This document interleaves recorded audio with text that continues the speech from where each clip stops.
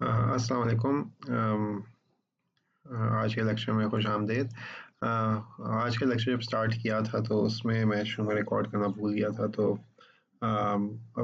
अभी मैं क्या करूँगा कि I will review till the point from where I started to record. तो फिर आपके इस लेक्चर के 2 पार्ट्स होंगे। The first part where I was teaching it on online. The second part where I was not teaching online. तो इसमें second part पहले आ रहा है कि मैं I'm not teaching online. So I will go through the code which we created during today's lecture. So hopefully आप लोगों को समझ में आ जाएगा कि हम क्या कर रहे थे। ना समझ में आए तो you can always ask questions later. हमने जहाँ पे पिछली बार अपनी लेक्चर को ख़त्म किया था वो ये था कि हमने पी कहाँ पे क्रिएट होता है वो हमने डिफाइन किया था। पी जो था हमारा लेफ्ट वॉल के साथ क्रिएट हो रहा था। एक्स हमने डिफाइन नहीं किया था, तो पी लेफ्ट वॉल के साथ क्रिएट होता है, तो एक्स जो है वो हमने राइट वॉल के साथ क्रिएट करना था। तो इसका मतलब ये है कि आपका जो आपका कॉलम है, it will be the second last column. This is the last column, so this is going to be second last column. और आपका जो this is going to remain constant for x, which is the exit, but for this row you can have any random value. तो इसका मतलब ये है कि whatever we're doing here, we are going to do exactly the same thing over here, but this time for x. तो again we can see over here कि यहाँ पे आपके पास रैंडम वैल्यू क्रिएट हो रही है। उसी तरह आपने बिल्कुल जैसा यहाँ पे रैंडम नंबर जनरेट किया था वैसे यहाँ पे रैंडम नंबर जनरेट करेंगे। फ़र्क ये है कि यहाँ पे आपने रखा था कि for the rows you had a random location, for columns over here it was 1। इधर जो है आपके पास कॉलम्स -2 करेंगे और x डालेंगे उस जगह पे, तो इस वजह से आपका जो x है वो इधर जनरेट हो जाएगा। जब हम ये काम करेंगे तो ये डंजन तो क्रिएट हुआ होगा, उसमें हमारे पूरा एम्प्टी डंजन होगा और हमारे यहाँ पे पी सिर्फ इस इधर किसी एक रो में आएगा और इसी तरह एक्स जो है वो किसी एक रो में आएगा। अब ये है कि प्लस एफ और ई क्या चीज़ें हैं। ठीक, हमें ये रखना है कि जहाँ जहाँ पे पी और एक्स नहीं आता वहाँ पे हम चाहते हैं कि इस रूम के अंदर हमारे पास वॉल्स हो। तो बीच वाली जो वॉल्स हैं उनको हम प्लस से डिनोट करेंगे। प्लस मीन्स कि दिस इज़ अ वॉल, और चूंकि हम किसी भी डायरेक्शन से आए हैं तो इट इज़ अ वॉल।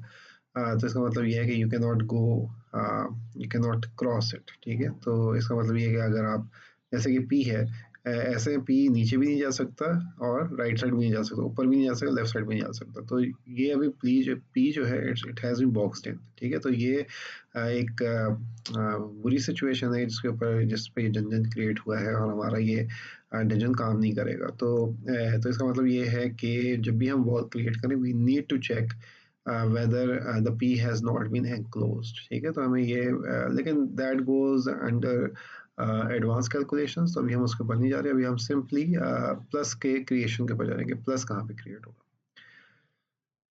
अब जब हम प्लस क्रिएट करेंगे उसका मतलब मकसद ये है कि जहाँ पे आपका P है या जहाँ पे आपको X है वहाँ पे प्लस को नहीं आना चाहिए, क्योंकि वहाँ पे प्लस आया तो वो ओवरराइट हो जाएगा। तो हम कहते हैं कि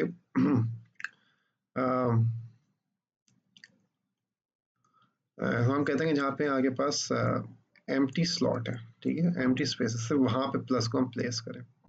तो हम कहते हैं कि हम एक फॉर लूप लगाते हैं, 2 फॉर लूप लगाते हैं। जो फॉर लूप है वो 1 से स्टार्ट होगा ताकि हम इधर से स्टार्ट करें रो को, और ये जाएगा रो -1। तो this is complete row, so it should go till the second last point, ठीक है, नॉट द लास्ट पॉइंट। तभी हमने यहाँ पे रो -1 किया है। सेम गोज फॉर कॉलम्स, हम 1 से स्टार्ट करेंगे और सेकंड लास्ट कॉलम तक जाएगा, that is why we have column -1। अब हम करेंगे इफ लगा रहे हैं कि if dungeon I J is equal to /0। ठीक है, अब यहाँ पे आपको देखने से तो ये स्पेस लग रहा है, लेकिन it's not actually a space, it's actually a null character. Null character इसलिए है क्योंकि जब हमने ये कहाँ गया, हमने जब ये डंजन बनाया था मेन के अंदर, हमने डंजन बनाया था, तो उस वक्त हमने डंजन को जो हमने सिर्फ एक न्यू कैरेक्टर हमने डिफाइन कर दिया था और फिर उसको हमने सेटअप के अंदर पास कर दिया था। सेटअप के अंदर हमने पास किया तो हमने उसके ये कॉर्नर्स हमने डिफाइन किए ++++, हमने उसके ये एजेस डिफाइन की, लेकिन हमने अंदर कोई वैल्यू डिफाइन नहीं की। जावा में अगर अंदर कोई वैल्यू डिफाइन नहीं करते तो उसे ऑटोमेटिकली नल वैल्यू असाइन करता है। Null does not mean space, it means empty, there is no value over there, ठीक है।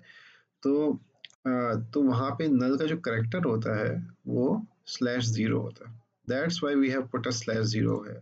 तो ये क्या चेक करे, चेक करे कि ये जो आगे पास एम्प्टी स्पेसेस हैं यहाँ पे /0 तो नहीं है। अगर /0 है तो फिर ये क्या करता है, उसके बाद एक प्रोबेबिलिटी जनरेट करता है कि अगर प्रोबेबिलिटी जो है 15 से कम है, 15% से कम है, तो वहाँ पे ये प्लस डाल देगा। अब क्वेश्चन ये आता है कि ये प्रोबेबिलिटी कैसे जनरेट करता है। ये बेसिकली हमने अपना एक खुद से फंक्शन बनाया हुआ है। ये फंक्शन क्या करता है, हमें एक प्रोबेबिलिटी की वैल्यू 0 से 100 के दरमियान रिटर्न करता है। अब ये कैसे फंक्शन बनाया हुआ है, ये ऐसे ही, it is a very basic function. हमने कहा कि this is a public static int probability. तो इंट का मतलब है it is going to return an integer. हमने क्या, int probability is equal to math dot random into 100। तो ये जीरो, आपको याद होगा कि डबल वैल्यू प्रोड्यूस करता है 0 से 0.99999 तक, ठीक है। तो जब इसको हम 100 से मल्टीप्लाई करेंगे तो ये हमें नंबर देगा फ्रॉम 0 टू 99, ठीक है। It will be 99 point something or 97 point something, 0 point something, ठीक है। तो हम उसको जब 100 से मल्टीप्लाई करते हैं तो ये उसको 0.1 को ये 10 बना देगा, 0.01 को ये 1 बना देगा, ठीक है। और फिर हम इसको इंटीजर में कन्वर्ट करते हैं, टाइप कास्ट करते हैं। इंटीजर टाइप कास्ट करने की वजह से इसका जो फ्लोटिंग वैल्यू खत्म हो जाती है, it will become a whole value. तो 99.99 जो है वो आपकी 99 में कन्वर्ट हो जाएगी, ठीक। तो दैट गोज इनटू प्रोबेबिलिटी। तो इसका मतलब है कि हमने रैंडम जनरेट किया, नंबर जनरेट किया, और it returns us that random number, ठीक है। तो तो जब भी ये रैंडम नंबर जनरेट होता है, हम चेक करते हैं क्या ये जो रैंडम नंबर जनरेट किया है ये 15 से कम है कि ज़्यादा है, ठीक है। तो इसका मतलब ये है कि we are defining a probability कि जो रैंडम नंबर जनरेट होगा वो अगर 15 से कम होगा तो वहाँ पे प्लस डाल देंगे। अगर ये 15 से ज़्यादा होगा तो हम कुछ नहीं करेंगे, तो हम इस एल्स इफ में चले जाएंगे। तो जहाँ जहाँ पे आगे पास प्लस है, इसका मतलब ये है कि हर ये एम्प्टी स्लॉट पे, हर नल स्लॉट पे ये गया था। जैसे ही नल स्लॉट पे ये गया, इसने चेक किया कि अच्छा I should generate a random number. जब रैंडम नंबर से जनरेट किया तो वो 15 से कम नहीं आया। तो जहाँ जहाँ प्लस आया तो उस जगह पे 15 से कम आया था, और जहाँ पे नहीं आया तो वहाँ पे उसने क्या किया, वहाँ पे क्या करता है, क्या कि वहाँ 15 से कम नहीं आता, तो फिर ये प्रोबेबिलिटी दोबारा से जनरेट करता है। अब प्रोबेबिलिटी दोबारा से जनरेट करने के लिए अभी आप इसको ज़रा ना देखें, तो ये करता है प्रोबेबिलिटी फिर से जनरेट करता है, और प्रोबेबिलिटी चेक करता है कि अच्छा जो भी नंबर आएगा क्या ये 5 से कम है कि नहीं है। अगर ये 5 से कम होगा तो ये वहाँ पे ई लिख देगा, अगर ये 5 से कम नहीं होगा तो वहाँ पे ये स्पेस डाल देगा, ठीक है। तो यहाँ पे पहले इसने चेक किया कि कि इस स्पेस में ये प्लस डाले कि ना डाले, ठीक है। बल्कि सॉरी, सबसे पहले इधर चेक किया कि वो स्पेस में प्लस डाले कि ना डाले नल एरिया में। तो जो नंबर जनरेट हुआ था वो दैट वाज लेस देन 15, तो इसने वहाँ पे प्लस डाल दिया। देन मूव फॉरवर्ड, इसने यहाँ पे जनरेट किया। अब इसने कहा कि यहाँ पे मैं प्लस डालूँ कि ना डालूँ। उसने प्रोबेबिलिटी जनरेट की, it was not less than 15। जब वो it was not less than 15 तो फिर उसने कहा अच्छा let me generate another probability and see if I can put an E over there. तो उसने जब वो भी जनरेट की तो वो भी 5 से कम नहीं आया नंबर, तो इसकी वजह से उसने इसको यहाँ पे खाली छोड़ दिया, उसने यहाँ पे स्पेस डाल दिया। It went on and on and on and on and eight this point उसने फिर से प्रोबेबिलिटी जनरेट की स्पेस पे, तो वो 15 से कम नहीं आई। जब 15 से कम नहीं आई तो वहाँ पे उसने कहा कि अच्छा let me generate probability again and may be it might come less than 5 if it, so जब वो लेस देन 5 आ गई तो उसने वहाँ पे इसको ई डाल दिया, एंड देन सो ऑन। इसने यूँ करके सारे जो जगह पे है उसने प्लस और ईज को डाल दिया, और जहाँ पे ना प्लस आ सकता ना ई आ सकता वहाँ पे उसने सिंपली वहाँ पे स्पेस डाल दिया, ठीक है। इस तरह करके इसने ये सारे के सारे जो प्रोबेबिलिटीज हैं इसने जनरेट किया, और ये आपका रूम जो है आपका इस तरह पॉपुलेट होना शुरू हो गया, ठीक।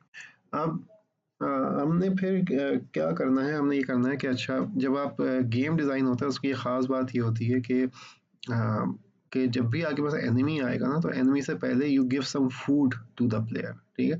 ताकि ताकि इससे पहले कि वो लड़ाई स्टार्ट करे तो वो फूड खा ले थोड़ा सा, या फिर अगर वो एनिमी से लड़ लेता है, लड़के जब लड़ाई ख़त्म होती है तो फिर it can go and eat the player can go and eat the food. ठीक है, तो इसका मतलब ये एनिमी से लड़की आपकी हेल्थ कम हो गई और आपने फूड खा के उसको हेल्थ को रिप्लेनिश किया। तो अच्छा, अब ये कैसे काम करता है? ये ऐसे काम करता है कि जब हमने सारा ई और प्लस को हमने पॉपुलेट कर दिया, उसके बाद हम ये फॉर लूप दोबारा से लगाएंगे, वी विल आइट्रेट अगेन। जब हम दोबारा से आइट्रेट करें तो हम चेक करेंगे ई कहाँ कहाँ पे आ रहा है। ये जैसे ही ई आता है, देखिए इसका जैसे ही डंजन में ई इसको डिटेक्ट करता है तो क्या करता है, ये चेक करता है कि इस ई के लेफ्ट और राइट पे क्या ये बार या प्लस साइन तो नहीं है, क्योंकि अगर बार या प्लस साइन है तो ये उस जगह पे कुछ डालेगा नहीं। जैसे इसके राइट साइड पे प्लस साइन है तो इसने यहाँ पे एफ को नहीं डाला, लेकिन चूंकि इसका लेफ्ट साइड जो थी खाली थी तो उसने एफ को उधर डाल दिया।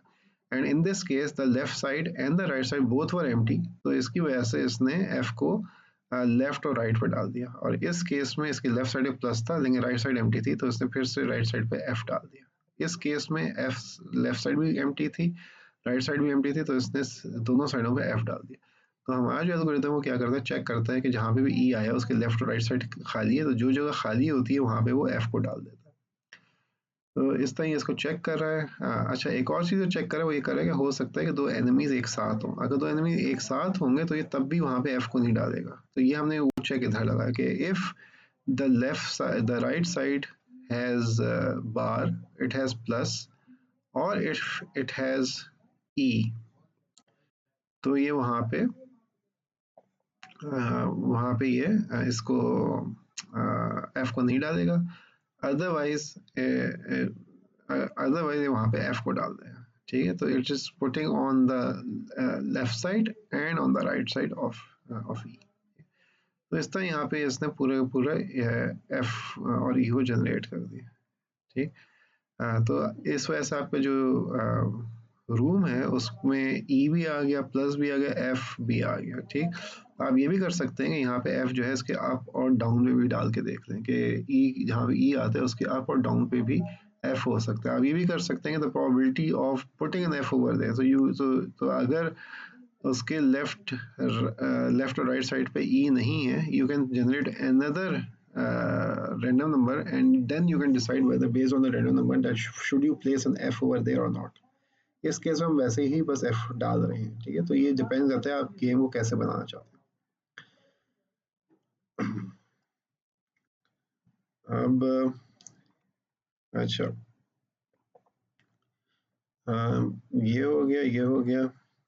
इसके अलावा हमने क्या चीज़ कवर की थी, हमने ये कवर किया था हाँ कि अभी क्या हो रहा है, अभी ये हो रहा है कि जहाँ पे आपका ई आता है, ठीक है, तो it's putting this E inside the inside the inside the character array, the multi-dimensional character array। लेकिन ई ही इटसेल्फ क्या स्टेट है ये कहीं पे नहीं डालता। तो अगर अगर आपको याद होगा प्लेयर की हमने पूरी स्टेट डिफाइन की थी, उसकी हेल्थ थी, करिश्मा था, एजिलिटी थी, प्रिसीजन थी। ठीक, तो इसी तरह हम एनिमी को भी क्रिएट कर सकते हैं, हेल्थ, एजिलिटी, प्रिसीजन। अब देखें प्लेयर की हेल्थ 10 है, एनिमी की हेल्थ 5 है। नॉर्मली गेम डेवलपमेंट करते हुए आप क्या करते हैं कि एनिमी की हेल्थ कम रखते हैं ताकि प्लेयर के पास ज़्यादा फाइटिंग चांस हो, so he can fight with more enemies and he less of a chance of him और हर टू डाई। ठीक, करिश्मा आप इसमें डिफाइन करते हैं कि फर्स्ट करें कि आपका प्लेयर और एनिमी आपस में कम्युनिकेट करें, बातचीत करें। ठीक है, तो प्लेयर कहता है कि ही वांट्स, सॉरी एनिमी कहता है he wants to attack, player कहता है he does not want to attack.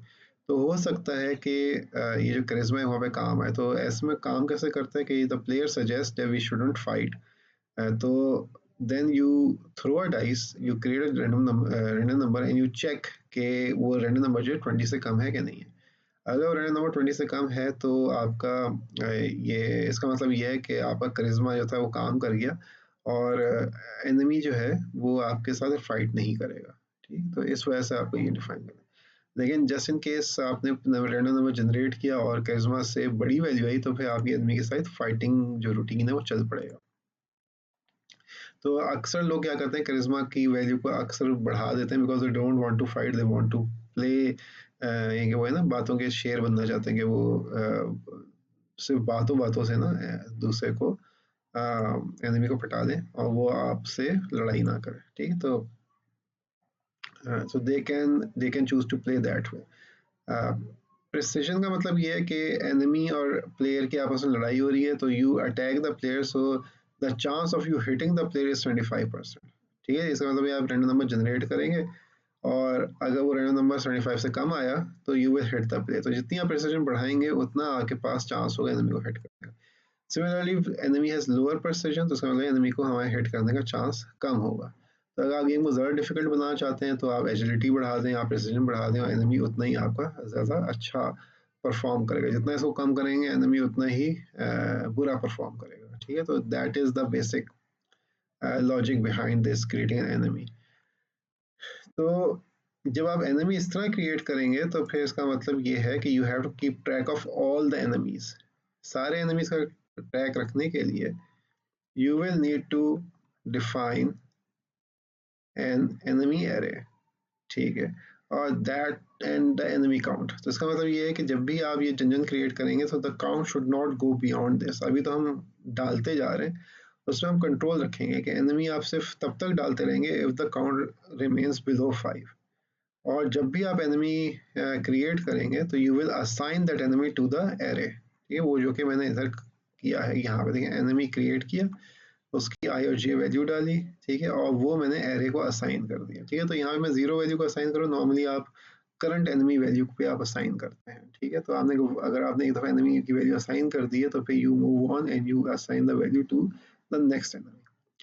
तो that was all that we did in today's lecture. तो अभी जब आप इसको स्टार्ट करेंगे तो I think it will start, the video will start where at at this point, कि जहाँ मैं एनिमी के लेफ्ट और राइट में मैं एफ को डालने की कोशिश कर रहा हूँ। तो अनफॉर्चुनेटली मैं रिकॉर्ड करना भूल गया था, तो you do not get to see the entire video, but I think I have explain much of it, and I will upload this code online as well, so for your assistance. So hopefully this will work out for you guys. चलें फिर, till next time, अल्लाह हाफिज़।